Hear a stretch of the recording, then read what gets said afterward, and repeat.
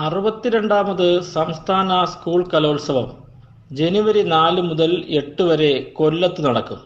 239 ഇനങ്ങളിലായി 14,000 പ്രതിഭകൾ പങ്കെടുക്കുമെന്ന് പൊതുവിദ്യാഭ്യാസ മന്ത്രി വി ശിവൻകുട്ടി സംഘാടക സമിതി ചെയർമാനും ധനമന്ത്രിയുമായ KN ബാലഗോപാൽ എന്നിവർ വാർത്താ സമ്മേളനത്തിൽ അറിയിച്ചു. ജനുവരി 4 രാവിലെ 10 മുഖ്യമന്ത്രി പിണറായി വിജയൻ കലോത്സവം ഉദ്ഘാടനം ചെയ്യും. 2008 അവസാനം കൊല്ലം കലോത്സവത്തിന് വേദിയായത്.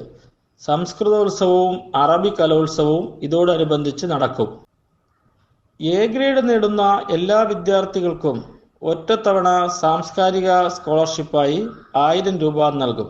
വിധി നിർണയത്തിനെതിരെയുള്ള പരാതികളിൽ അന്തിമ തീരുമാനം സംസ്ഥാനതല അപ്പീൽ കമ്മിറ്റി എടുക്കും. കൊല്ലം റെയിൽവേ സ്റ്റേഷനിൽ 3 മുതൽ 8 വരെ ഹെൽപ്പ് ഡെസ്ക് ഉണ്ടാകും.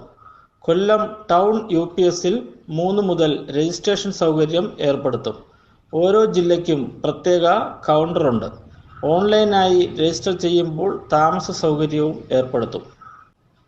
ഗോത്രകലയായ മംഗളം കളി ഇത്തവണ കലോത്സവത്തിന്റെ ഭാഗമാകും. കാസർഗോഡ് ജില്ലയിലെ ഗോത്രവിഭാഗക്കാരായ മാവിലർ, മലവേട്ടുവാൻ സമുദായക്കാർ മംഗളകർമ്മങ്ങളിൽ നടത്തിവരുന്ന നൃത്തമാണിത്. അടുത്ത തവണ മുതൽ ഗോത്രകലകൾ മത്സര ഇനമാക്കുന്നത് സജീവ പരിഗണനയിലാണെന്നും കലോത്സവ മാനുവൽ വിശദമായി പരിഷ്കരിക്കുമെന്നും മന്ത്രി വി ശിവൻകുട്ടി അറിയിച്ചു.